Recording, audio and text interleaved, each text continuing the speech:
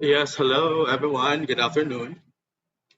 Um, yes, hello. This is Fritz of Access Direct Visa and Travel Services. First of all, I'd like to thank everyone for giving time to attend.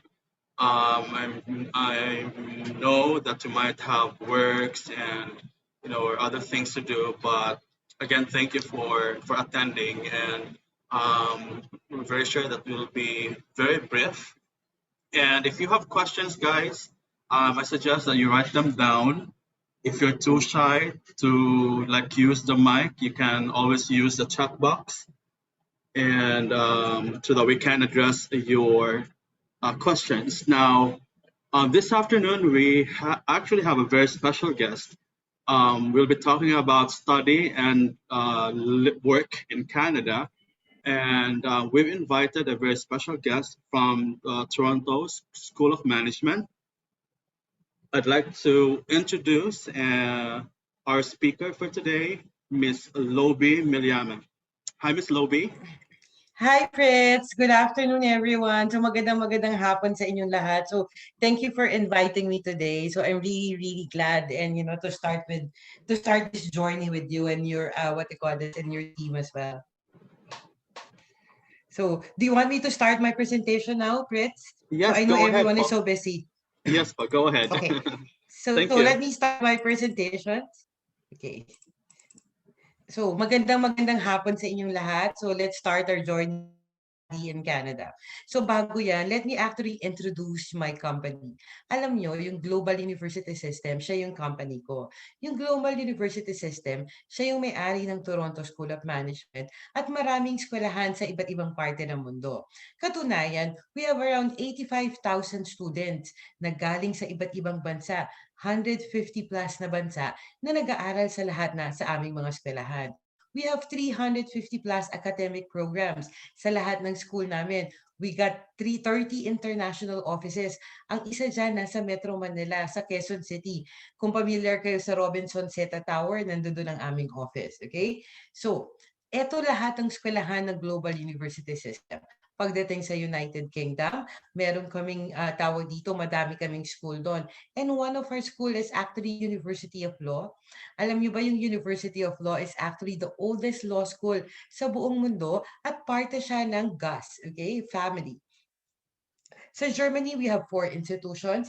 Meron kami isa sa Hong Kong, isa sa Singapore, dalawa sa India, dalawa sa Israel, 1 in Ireland. At kung gusto niyo mag-aral ng online, meron kami mga digital platform. At pagdating naman sa Canada, we got 5 institutions. One is University Canada West, nasa Vancouver yan. Kung gusto niyo ng mag-MBA program, one of the best MBA programs when it comes to Canada, University Canada West yan. And of course, ang ipepresent ko ngayon sa inyo, yung Toronto School of Management. Nasa Ontario yan, the City of Toronto. Alam nyo, wala kayong makikitang ganitong kababang tuition fee sa Canada besides Toronto School of Management. Nakita nyo, we're part of a conglomerate, pero ang presyo ng Toronto School of Management para sa mga masang Pilipino. So please take note of this presentation.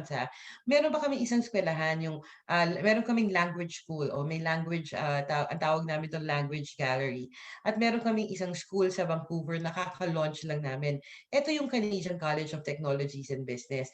Okay, halos pareho lang siya ng mga programa ng Toronto School of Management. Mababa din yung tuition fee niya. Pero nasa Vancouver naman siya. Kaya kung meron kayong kamag-anak sa Vancouver, kaibigan, o gusto nyo doon talaga mag-migrate o manatili at mag-aral, Canadian College of Technologies and Business tayo. And of course, yung isang eskwelahan ko, yung Trebas Institute, na nasa Montreal. Nasa Quebec province yan. Katabihan lang ng Ontario, ang lapit-lapit lang niya sa Ottawa, the capital of Canada. So kung gusto niyo ng eskwelahan na may pinakamababang postgraduate work permit, okay, na school, Trebas Institute sa Montreal lang tayo. Okay, pagdating sa tatlong eskwelahan na to, Toronto School of Management, Trebas Institute, Canadian College of Technologies and Business, ako yung pwede yung tanongin nyo for the Philippine market kasi ako yung in charge dito, di ba? So alam ko yung mga discount, yung mga qualifications na kailangan nyo, mga requirements, mga scholarship, at yung mga inside informations. Meron ako sa inyong tip, okay? Alam nyo ba, pag nag-apply kayo diretso dun sa website namin, mas mahal yung tuition fee doon. Okay, ilang libo yung mahal. Pero pag nag-apply kayo through what they call this, our local partners like Access Direct, ang laki ng matitipid nyo kasi nagbigay kami ng maraming scholarship at mga discount para sa mga Pilipino through our partner. So make sure that you actually apply through Kila Fritz, di ba? Okay. So, let's go to Toronto School of Management. Pero bigyan ko muna kayo ng konting trivia regarding Canada and Toronto, ha? Alam nyo, according to studies, 96% daw ng mga international student ngayon sa buong mundo to, ha? Hindi lang Pilipinas. Ang paboritong study destinations nila ngayon, Canada. Alam nyo, ang dami-daming reasons bakit Canada. And I will highlight it in a bit. And naggumawa ng research naman yung Canadian government. Nagtanong sila sa mga international student doon. So according sa studies nila, 60% daw ng mga international student gusto na nilang manatili at maging permanent resident doon sa Canada. Ang pinakamaganda dito and bakit paborito siyang study destination is wini-welcome sila ng Canadian government. Gustong-gusto ng mga Canadian government na itong mga estudyante na to, na international student, ay maging permanent resident doon sa kanilang bansa. So again, compare dun sa UK, sa Australia, sa US, and other countries, ito yung isa sa pinagkakaiba ng Canada because they welcome migrants talaga. They embrace them, okay? So let's go to Toronto.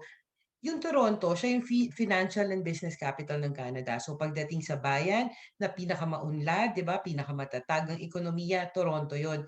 Hindi siya ang capital ng Canada. Ang capital ng Canada, Ottawa. Malapit lang din 'yan sa Toronto. Pero nga, siya ang pinakamalakas na ekonomiya, Toronto. At according sa study, it is rated as a top 4 global cities with economic clout. Ibig sabihin nito, ang liit lang ng Toronto, ha, pero pang-apat siya sa buong mundo na napakalaki yung impluwensya when it comes to global economy. So bakit ko ba dinediscuss itong mga economy at saka yung mga figures na yan, di ba, ng financials? Because it translated to job growth, okay? According sa studies, 73% of new jobs created every year sa buong Canada, nasa Toronto yon.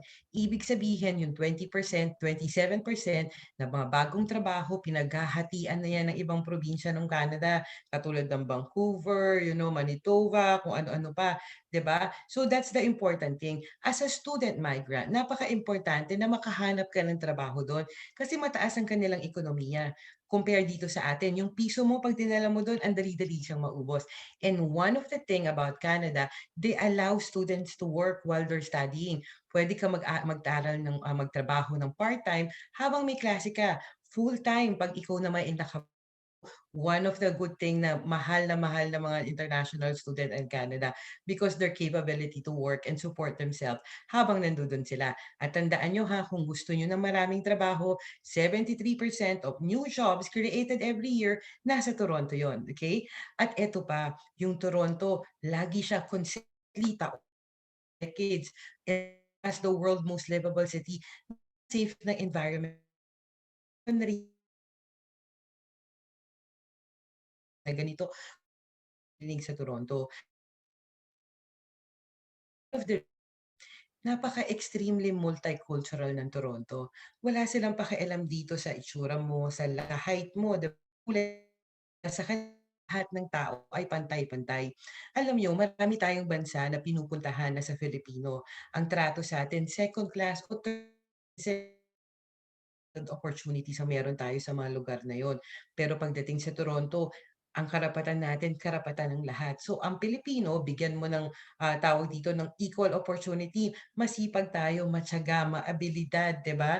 At matalino. So malayo yung mararating natin if we're only given a chance. Katulad ng binibigay sa atin ng Toronto ng equal rights. Okay? So napaka-importante niyan.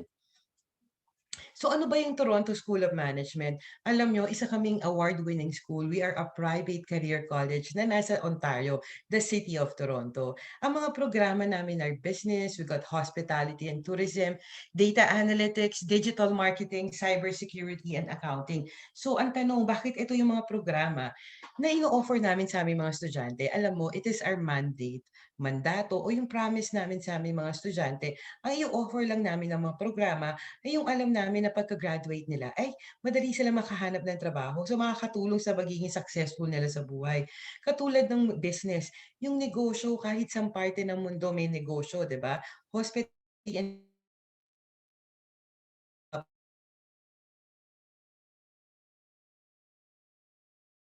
bakit ba tayo mag-aaral sa Toronto School of Management o tawagin natin na TSOM, okay? Ang isa sa pinaka-importante isang eskwelahan. Alam nyo, maraming mga eskwelahan sa Canada pumupunta sa atin dito sa Pilipinas. Nililigawan kayo, sinasabi sa inyo mag kayo sa amin.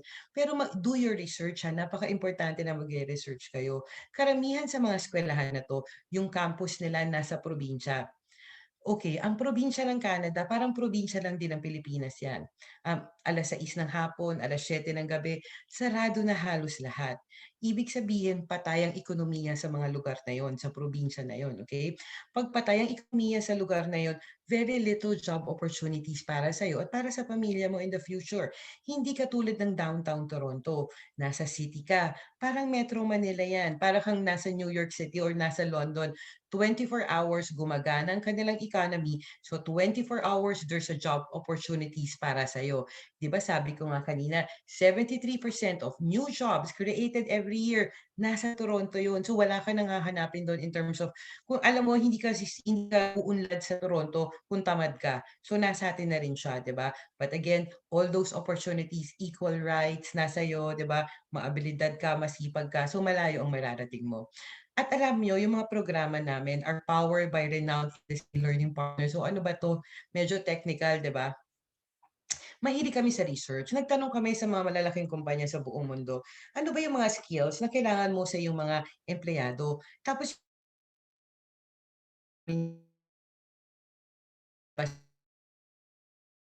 Toronto School of Management, you have the right skills na kailangan ng industriya ngayon. Okay?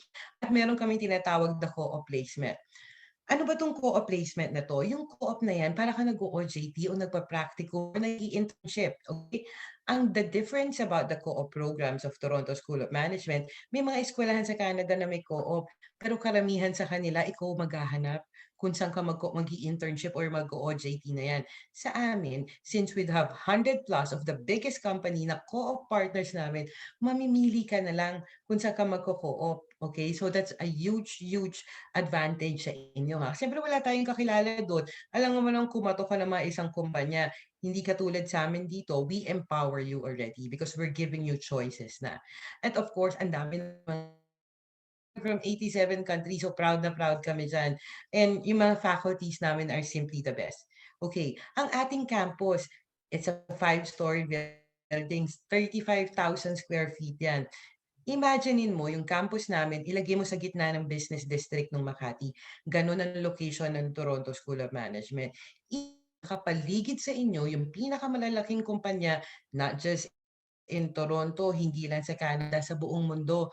Tandaan natin yung mga multinational company, halos nasa North America yon at karamihan din sa kanila ay nasa Toronto. So ang daming job opportunities na nakapaligid sa inyo at walking distance lang. Hindi katulad ng mga probinsya. Alam nyo, yung mga eskwelahan sa probinsya, karamihan sa kanila may shuttle services. Ang ibig sabihin ng shuttle services, medyo maging wary kayo dyan ha. Ibig sabihin ng walang public transport system dun sa lugar na yon. So nakadepende kayo dun sa shuttle nila. Kapag walang shuttle, mag-iisa 2 oras para makauwi ka lang dun sa lugar mo. So hindi katulad sa Toronto, katabing-katabi lang namin yung isang subway stations. So every few minutes may train, every few minutes may bus, may taxi ka dyan. So very, very accessible. Hindi ka nagsasayang ng 2 oras o 4 na oras araw-araw. Pwede ka pa magtrabaho noon, di ba? Pwede ka magpahinga ating oras. Okay. Membership and designations. Alam mo, i-focus natin to sa designated learning institutions o yung DLI na yan. Sa Canada, may mga eskwelahan lang na inaalaw ng Canadian government na mag-host o mag-recruit ng international students. Yun lang yung may DLI number, okay? Pag ang eskwelahan mo walang DLI number, mag-apply ka sa immigration, siguradong mare-refuse ka. And this is TSOM's DLI number that allows us to host and recruit international student para mag-aral sa aming mga eskwelahan.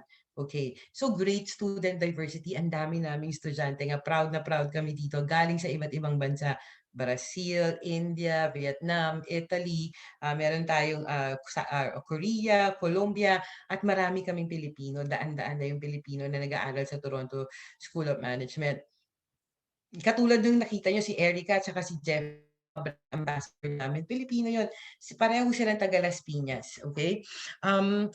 Gaano ba kaimportante ito? Imagine nasa isang building lang kayo, you get to be exposed sa kanilang kultura, their languages, their traditions, sa mga pagkain nila.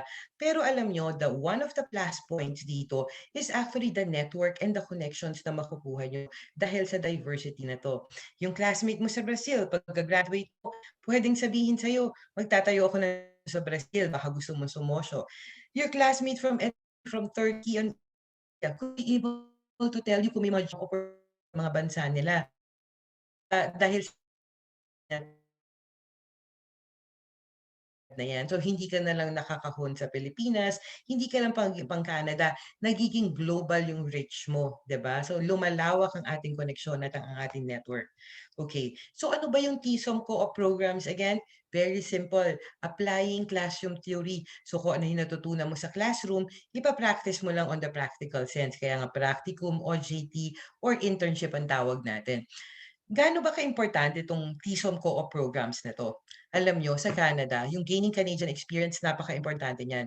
Kung gusto niyo maging permanent resident dun sa Canada, meron silang points dun, point system kasi sila, 'di ba? Yung adaptability, okay? Nakapag-adapt ka ba dun sa community?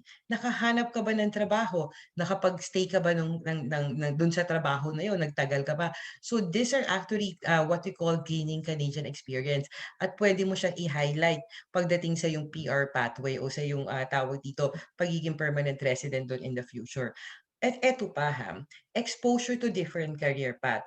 Alam nga natin, sinabi ko sa inyo kanina, yung mga kumpanya doon sa, lalo na sa Toronto, mga headquarters yan ng mga multinational company sa buong mundo. So mga bilyonaryong mga company yan na pinakamalalaki. Maraming career path, di ba? Mas maraming mga job available. Hindi katulad dito sa Pilipinas, 3 level ka. On globe ay ang ganda ng exposure na 'to para makapagtrabaho ka sa pinakamalalaking kumpanya doon. At another thing about this co-op program, importanteng-importante ito dahil dito sa co-op program na 'to, na-e-expose ka dun sa mga tao sa industriya, yung mga coworkers mo, the management, yung malalaking tao dito, 'di ba? And even the owners of this company. Gaano ba kaimportante ang koneksyon at saka network dun sa Canada? Alam mo yun, napakaimportante doon kahit na may PGWP ka pa or kung ano-ano pa yung gusto mo doon, kailangan mo makahanap ng trabaho kung gusto mo mag-stay doon sa Canada. Kasi siyempre, hindi naman papayag yung Canadian government na sila yung sumuporta sa inyo. So, kailangan ma-prove mo sa kanila na kaya mo makahanap ng trabaho. At itong mga network mo na to, mga connections mo na to, kasi sila yung mga tao doon sa industriya, di ba, no malalaki. They could be able to help you on your employment opportunities. Pwede nilang sabihin sa inyo, "Hoy, may trabaho dito," 'di ba? O baka kung sa mga co-op na 'to, galingan mo lang yung performance mo, pwede ka nilang i-absorb, 'di ba? At i-sponsor ng work permit do'n. Okay? So, those are the advantages of a co-op programs when it comes to Canada. Ito yung mga key co-op partners namin. Sa hospitality, may mga hospitality programs kami.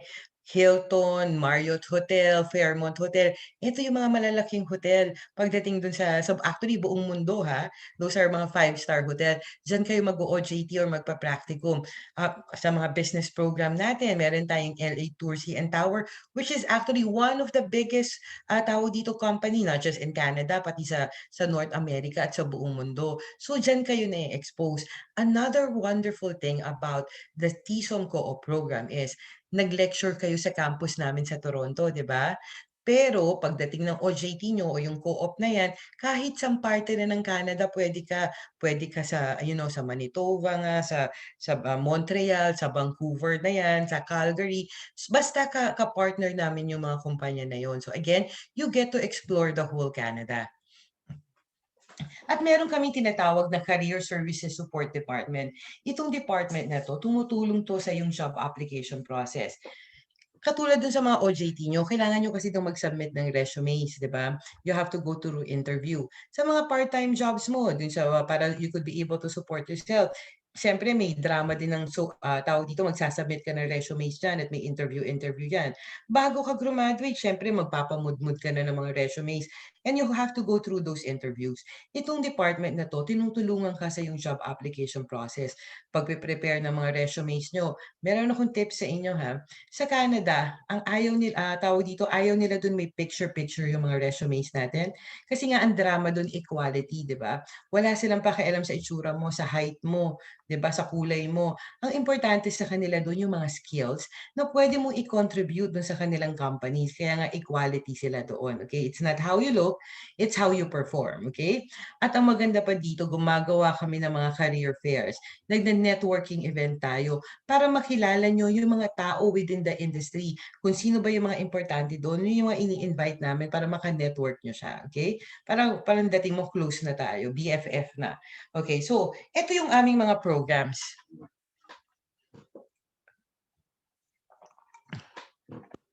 Sa business, marami kaming programa dyan because business is our main strength. Meron din kaming hospitality and tourism. We got big data, IT, and accounting program. So, hindi ko sa inyo ipepresent lahat yan kasi masyadong mahaba yun. So, pumili lang ako ng mga programs na alam ko na perfect sa mga Pilipino at value for your money. Okay? So, let's go to Diploma in Business Management Co-op. So, business management to, may co-op o may OJT siya. It's a 109 weeks program. So lampas 2 taon, 2 years, 1 month, and a couple of weeks ang kanyang durations. 48 weeks ka dito naka-classroom. So sa naka-classroom ka niya, nagle-lecture ka. Alam nyo ba, dyan sa 48 weeks na yan, pwede kayong magtrabaho ng part-time, 20 hours a week. Imagine, 20 hours a week kayo na pwede magtrabaho dyan. Tapos, 24 weeks kayo dito naka-co-op. Halos 6 months yan na naka-co-op kayo. Okay? Sa co-op program namin, meron kaming paid at saka unpaid. Sa totoo lang, walang kumuha ng unpaid co-op. Kahit naman ako, di ba? Magko-co-op ako, syempre gusto ko bayaran na ako. So, under the co-op programs, pwede kayo magtrabaho ng full-time. Naka-minimum wage kayo dyan ha, hindi mga tip-tip lang yan. Minimum wage yan, kita mo dyan sa Canada. So, 6 months, pwede ka magtrabaho ng full-time. Tapos, 37 weeks ka naka-schedule break. And that's one of the great thing about Canada. Habang nakabakasyon ka, sem break, Christmas vacation, summer vacations, pwede ka magtrabaho ng full-time. Yung 37 weeks na yan, halos 9 months yan. Naka-full-time trabaho ka. 9 months ka sa break full-time, 6 months ka sa co-op naka-full-time, so 1 year and 3 months ka naka-full-time. Yung 48 weeks na yon, pwede ka magtrabaho ng part-time na 20 hours a week. Ibig sabihin, the whole time na nasa Canada ka, kaya mong suportahan yung sarili mo kasi the whole time pwede ka magtrabaho. That's one of the wonderful thing about what Toronto School of Management programs kasi we know na kailangan yung suportahan yung sarili nyo. Kaya ginawa naming friendly ang inyong mga schedule. Kailan ba kayo pwedeng pumasok sa akin? Every other month from January, March, May, meron tayong July, September, and November, pwede kayong pumasok sa Toronto School of Management. Ang maganda pa dito, yung klase namin, meron kaming daytime at saka evening klase. So, pwede kang mag-aral sa gabi, magtrabaho sa umaga. Depende dun sa schedule mo. And one of the best news na meron ako sa inyo, please, okay ha, meron kaming promotions ngayon. Ang promotions namin, kailangan matapos nyo lahat ng applications nyo by August this year. Pero pwede kayong pumasok by November this year, January next year, at saka March next year, hanggang 2022 yan. Okay? Nagbigay kami ng napakalaking scholarship. 11,500 ang scholarship namin. So 20,000 to, di ba? 8,500 na lang. 2 taon na yun. Okay, that's already for 2 years. That's for 2 years already. Mas, kung titingnan mo yan, wala kayong makikitang ganitong kababang tuition fee when it comes to so please, advantage of this promotion sa kailangan lahat ng applications nyo are already in, nakabayad na kayo ng deposit. Ang liit lang deposit ko sa inyo, promise yan. I'll discuss later. Matapos nyo ba siya by August, and you could, you could fly to Canada by November, January, and March. So, meron ka pang time to prepare for this and get your visa. Okay, so magkano na lang ba yung 8,500? Yung 8,000 na yan, 2 years yan. Sa ibang eskwelahan, isang semester lang yan. O yung iba nga, 1 taon lang siya. Okay, yung 8,500 Canadian dollars na yan, 320,000 pesos lang siya. Or 160,000 pesos per year. Imaginein mo, 160,000 pesos per year or 80,000 per semester. Kung titingnan mo yan, mas mababa pa yung tuition fee namin kaysa sa malalaking university dito sa Pilipinas, dito sa Metro Manila. Bakit ka mag-aaral dito kung pwede ka naman makapunta dun sa Canada ng tao dito and you could be able to explore the opportunities there, di ba? Okay, Toronto School of Management make it possible sa mga masang Pilipino na maka-achieve yung inyong Canadian dream na hindi mo na kailangan mangutang ng bonggang-bongga, 'di ba? Magbenta ng ari-arian mo, hindi mo kailangan maging milyonaryo, anak ng artista, anak ng politiko, ng mga mayayaman. Because Toronto School of Management with these promotions kayang-kaya niyong ma-achieve ang inyong Canadian dream na hindi na nga natin bubutasin ang ating mga bulsa, okay? At ang ganda-ganda ng mga payment terms namin para sa inyo, okay? Please take advantage, talagang listen to the payment terms. It's gonna be few slides in the future. I-discuss ko yan sa inyo, okay? Again, 160,000 a year, 120,000 for 2 years na wala kayong makikitang ganyan kababang tuition fee when it comes to Canada, only with Toronto School of Management. Sabi ko nga sa inyo, para sa pusong Pilipino siya, masang Pilipino again. So ang tanong dito, kaya ba natin suportahan yung sarili natin habang tayo nasa Canada? Kaya mo bang mabawi yung tuition fee mo, yung ininvest mo sa tuition fee mo since, pwede ka magtrabaho doon. Baka magutom ka naman doon o baka maging homeless ka. So let me answer those questions on my next slide. Kinalculate namin kung magkano yung kikitahin mo habang ikaw ay nasa Canada. Based yan sa minimum wage ng Toronto kasi minimum wage doon, di ba? So 14.25 ang minimum wage nila per hour. Per hour ha, yung per day natin, per hour lang nila yung minimum wage doon.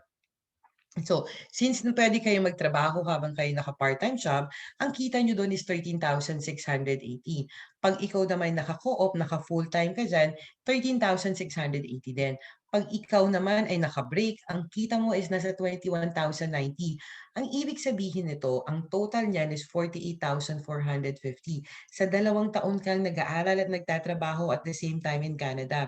Ang tanong dito, sapat na ba siya para tustusan yung sarili mo habang nandoon ka?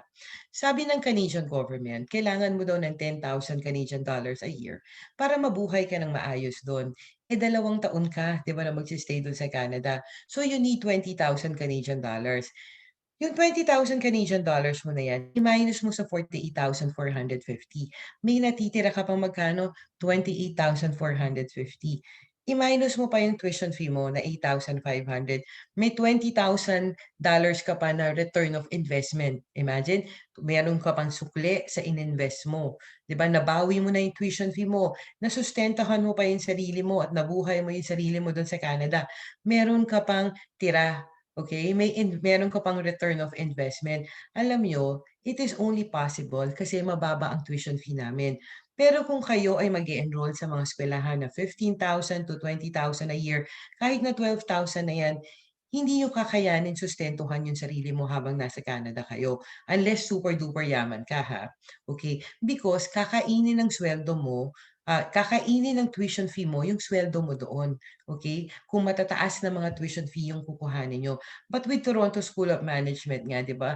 Pang-pusong Pilipino siya. We make it possible na yung mga Pilipino could survive, can thrive, and again, 'di ba, meron pa tayong return of investment, nakapag-aral ka na, nakapag-explore ka na ng opportunities doon. So that is one of the advantages of Toronto School of Management versus other schools, okay? Meron kami isang programa pa sa business. Ito yung business management with co-op pero digital siya. So digital business management co-op. So bakit siya naging tawag dito? Actually, this is one of my favorite programs when it comes to our institutions. 2 taon siya na programa. Actually, this one is really beautiful kasi 1 year ka dito naka-lecture, 1 year ka naka-co-op. So mas mahaba yung co-op experience mo, mas marami kang connection, mas marami kang network na madedevelop.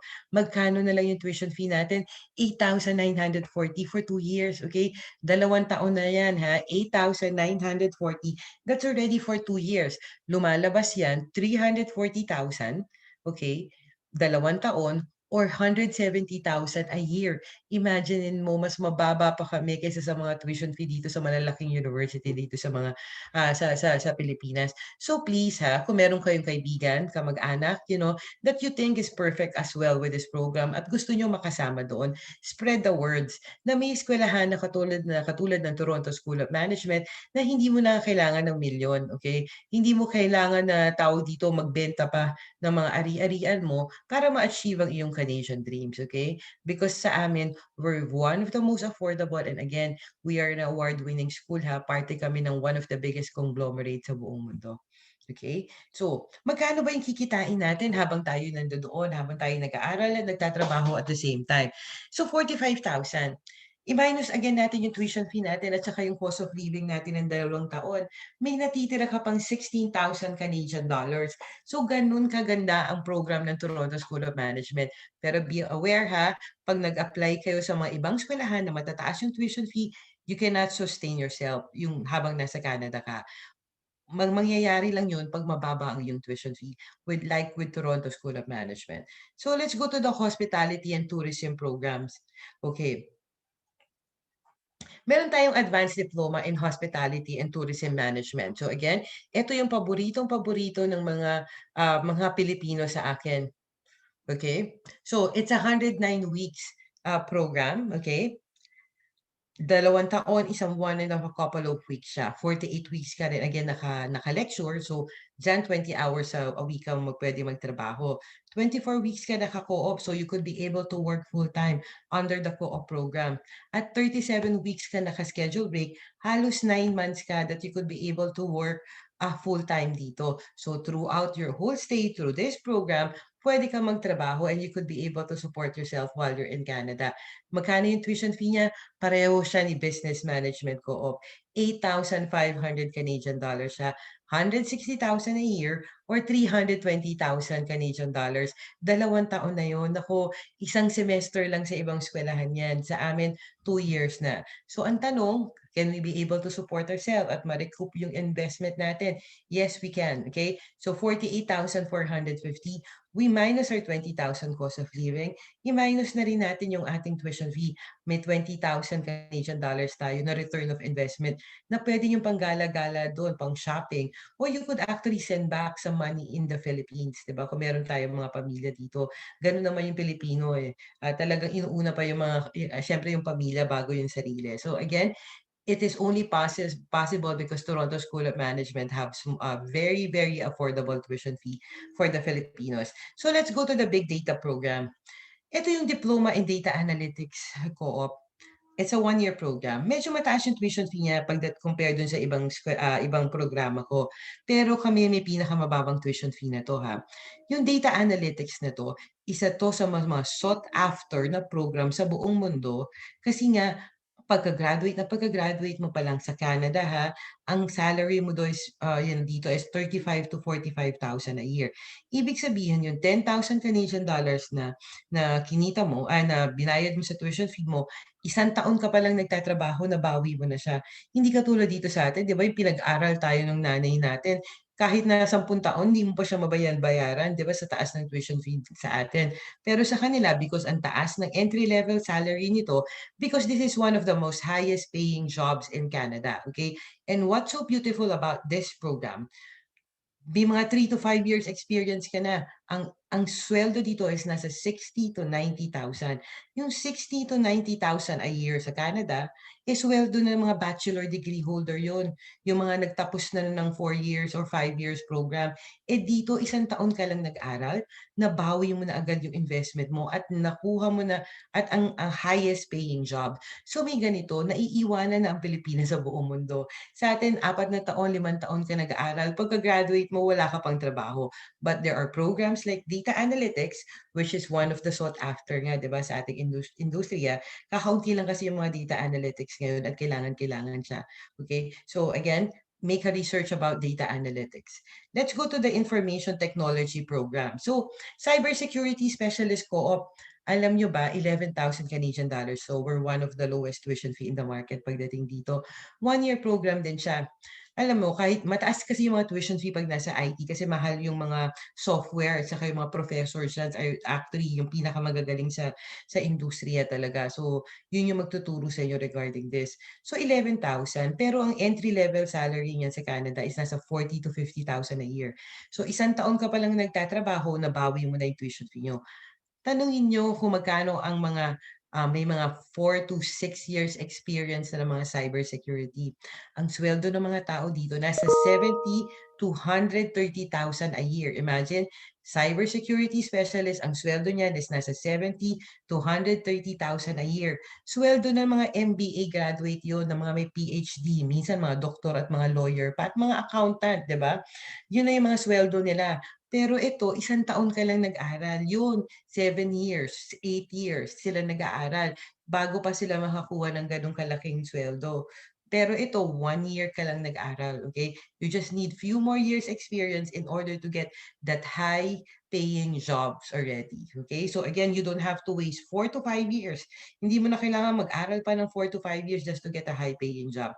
So minsan, you have to research about this kind of programs para alam natin.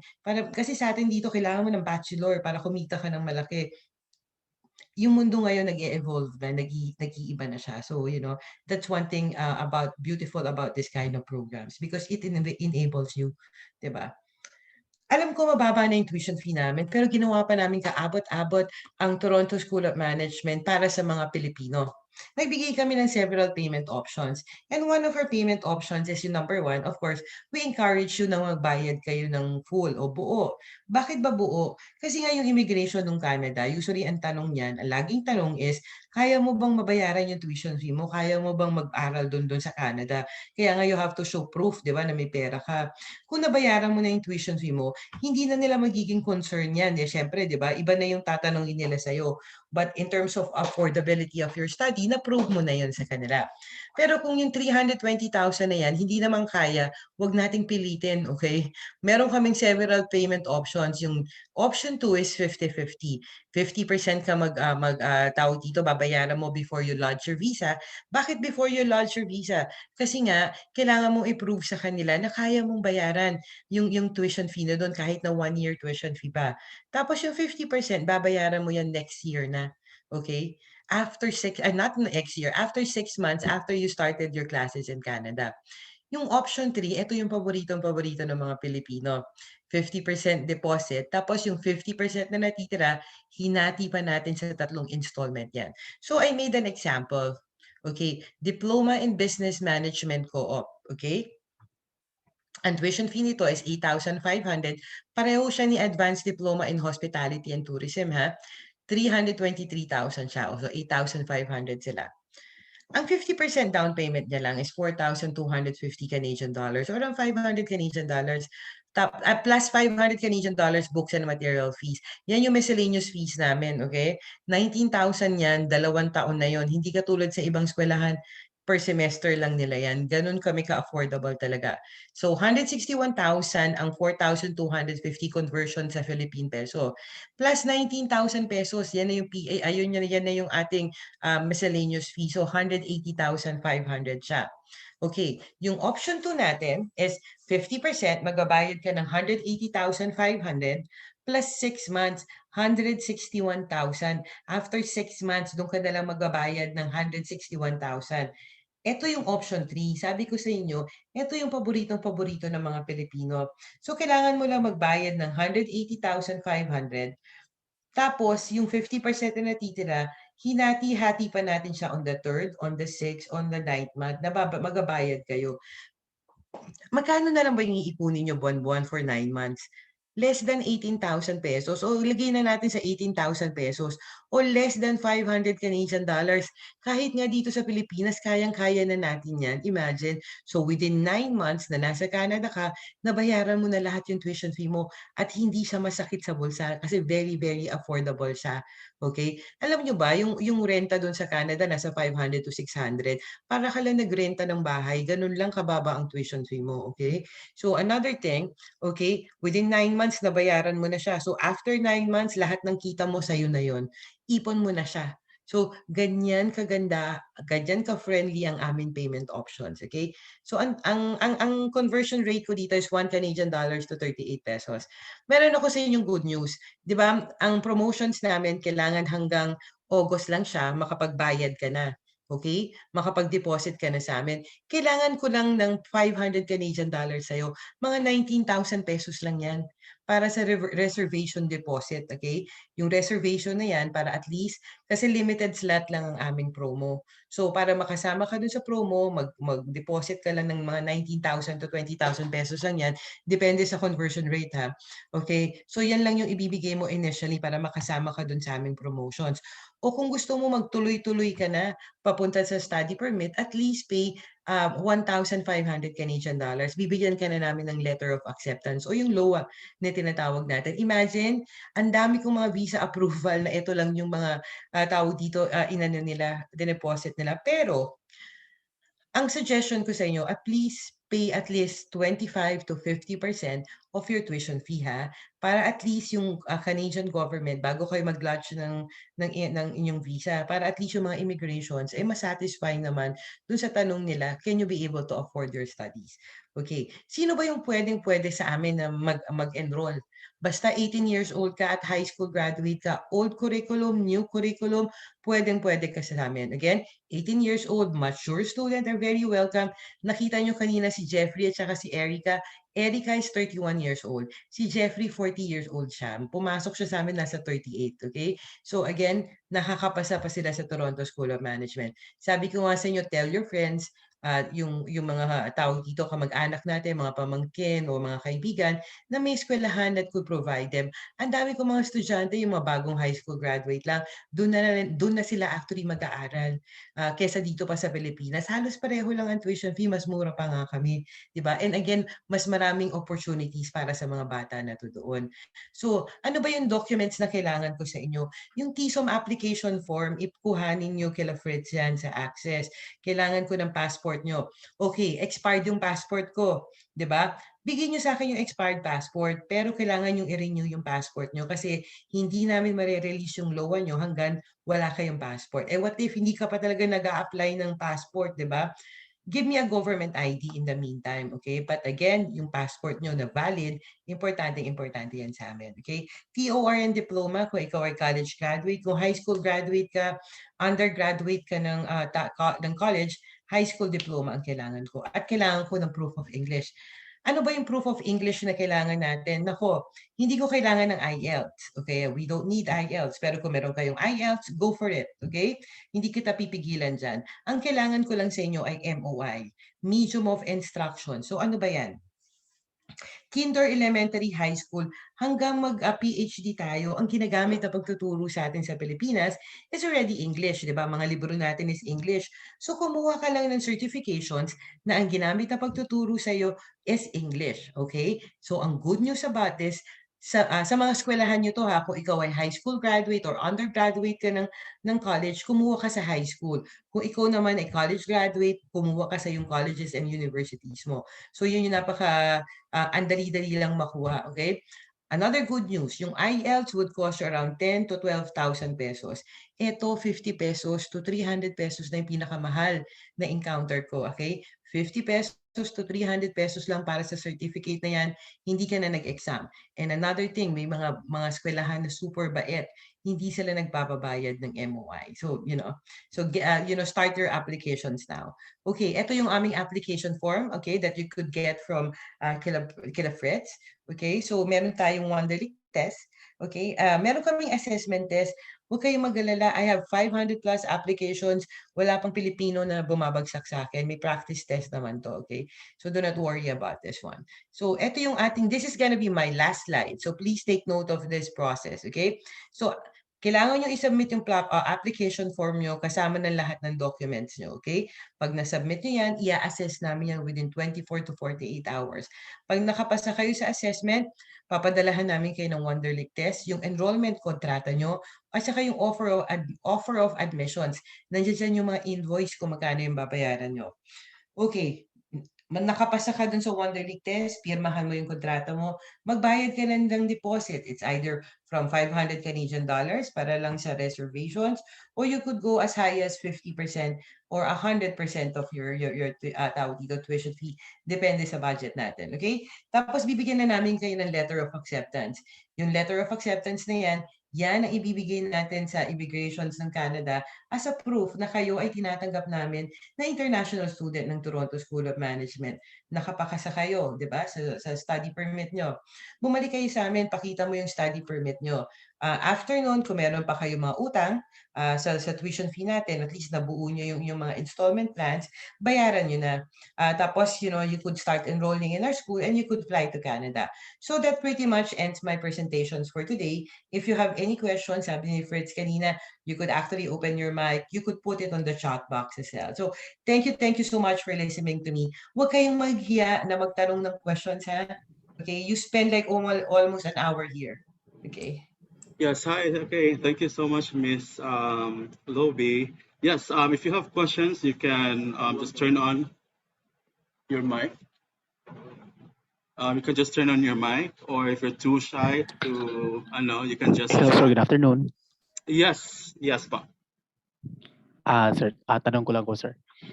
Ano po yung mga possibilities na maaaring ma-reject yung application namin? Yan po, sir. Yes.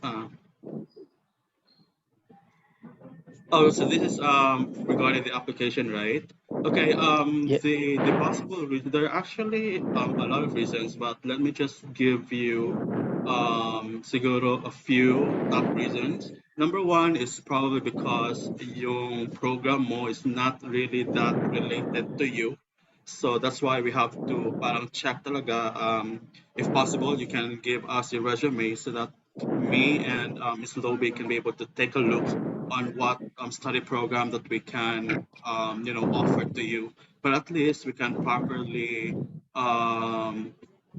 explain kung bakit ganito or bakit ganyan, bakit ganito yung programs natin, because that's very important, especially in writing for the study plan or statement of purpose. And siguro yung second reason is in terms of financial capability. So you really have to make sure that if you are presenting, if you are declaring this amount of show money, then you can be able to really provide proof that you have the sufficient funds to study in Canada. Anything else? All right, thank you.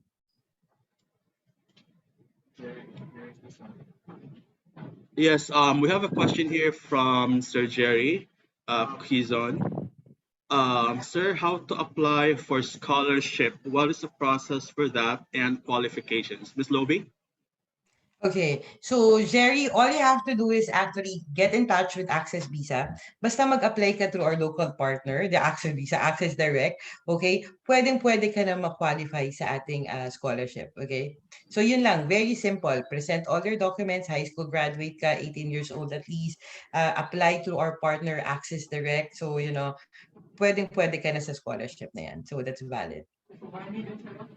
Okay, thank you. And then we also have another question here from Sir Ryan Lumapas. Okay, good afternoon. Below are my questions. Number one, will you assist us in the visa application or inquiring such? Yes, definitely.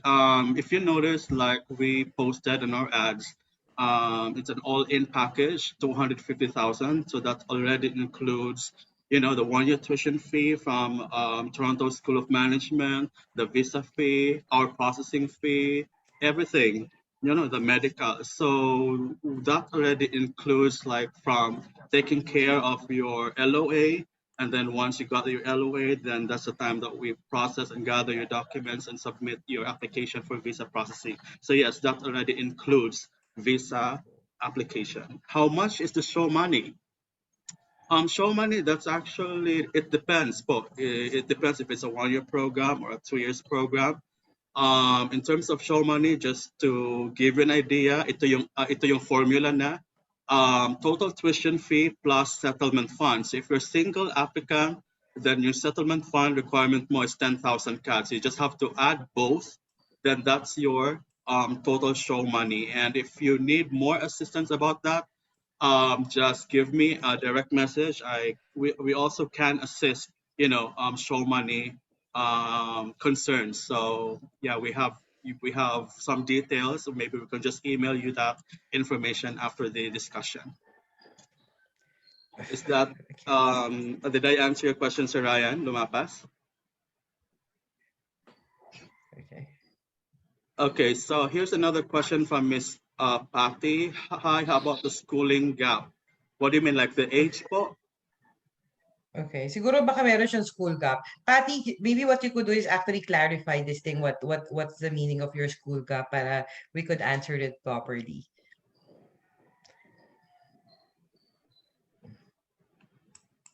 Okay.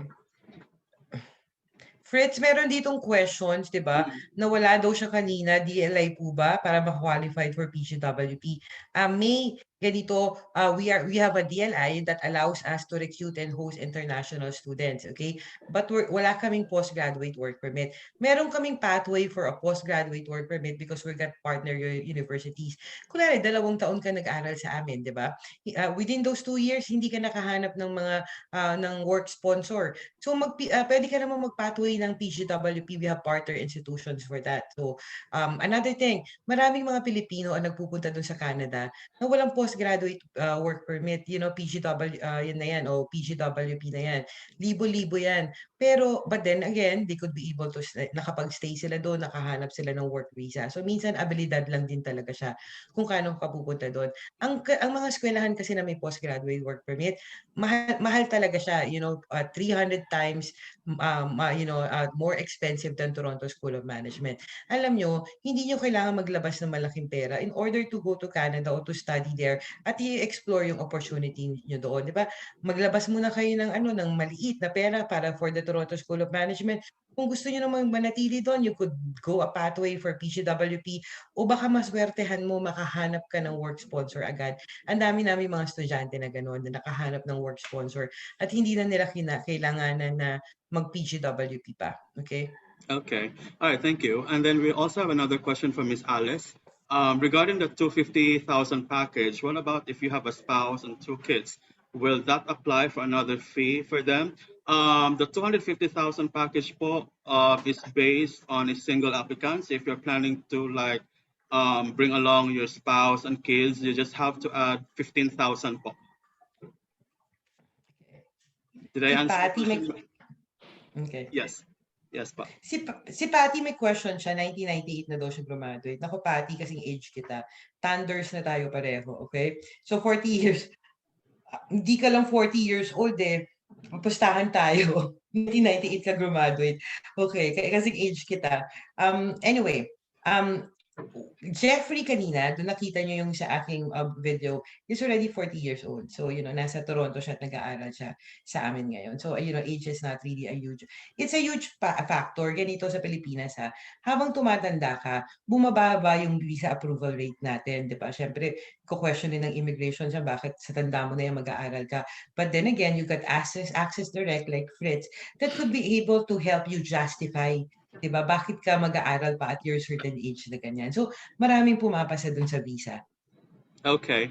Okay, and then we have also here a question from Dynel. What if the student is interested in another school in Canada? Are you still able to help with scholarships or discounts?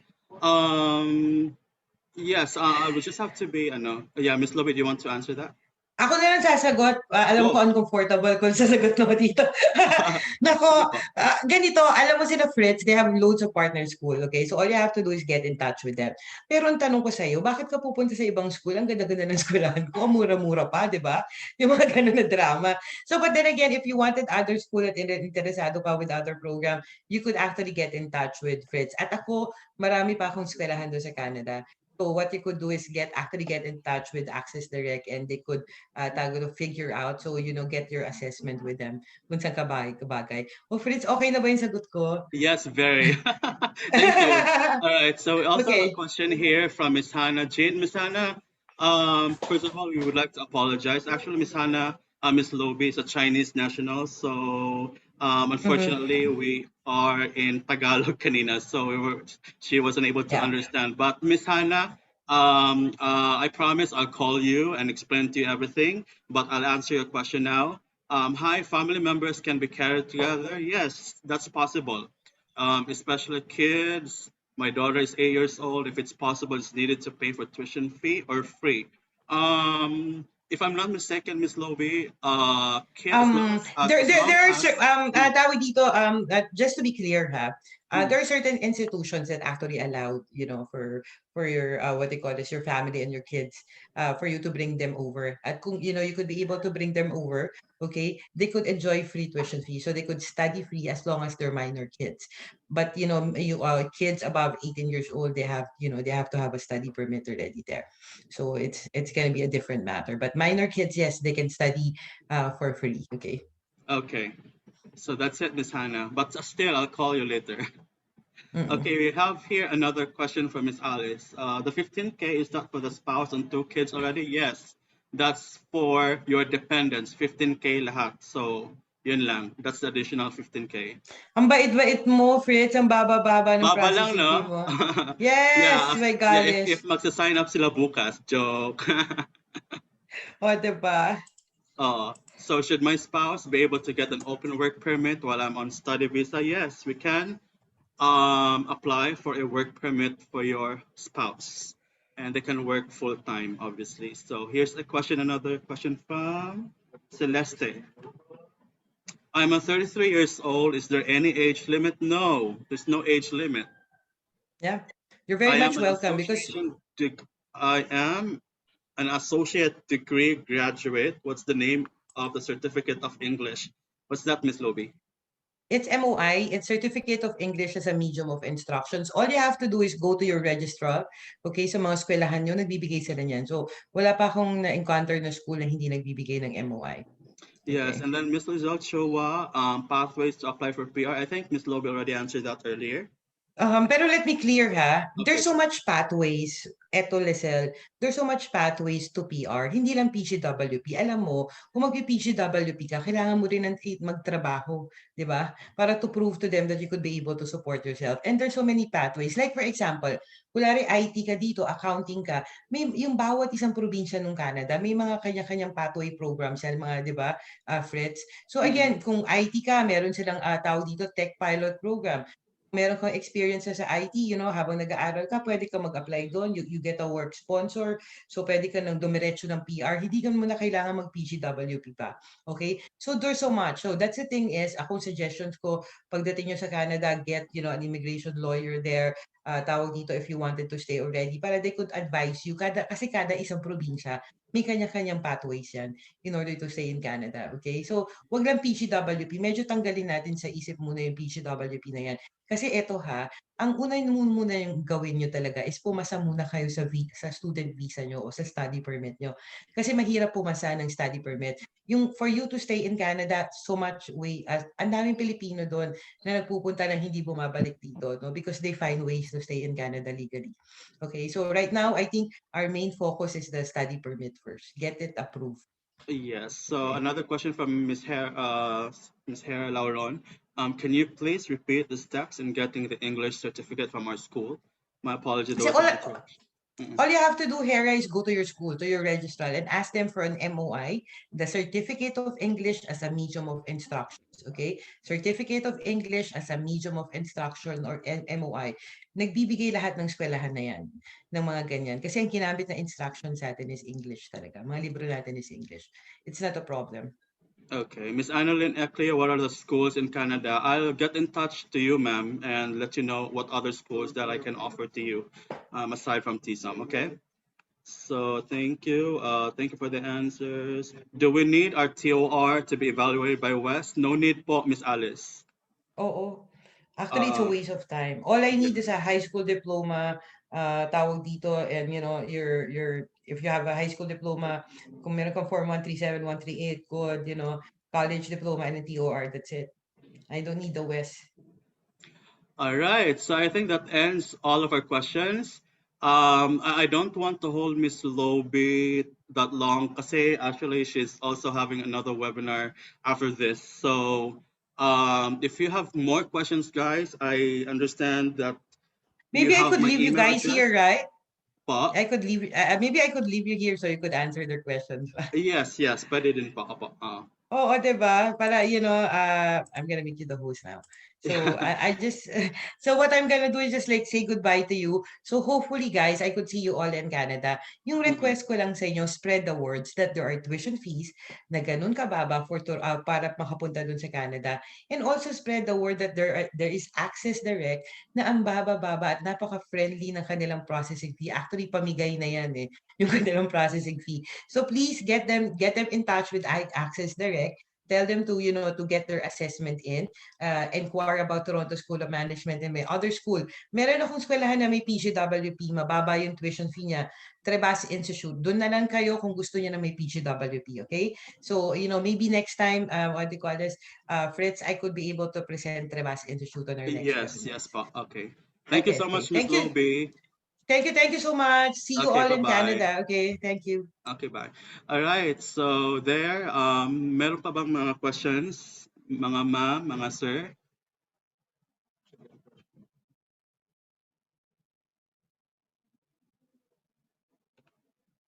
Wala na?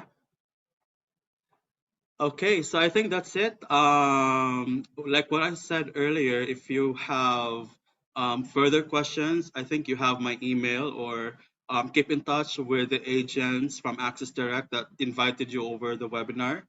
So if you also would want to avail of our 250 package, we are actually offering that this month. And let us know if you have other concerns that we could be able to answer you and make everything clear for you. Okay. And again, thank you so much and have a nice day. Have a great weekend, everyone. Bye.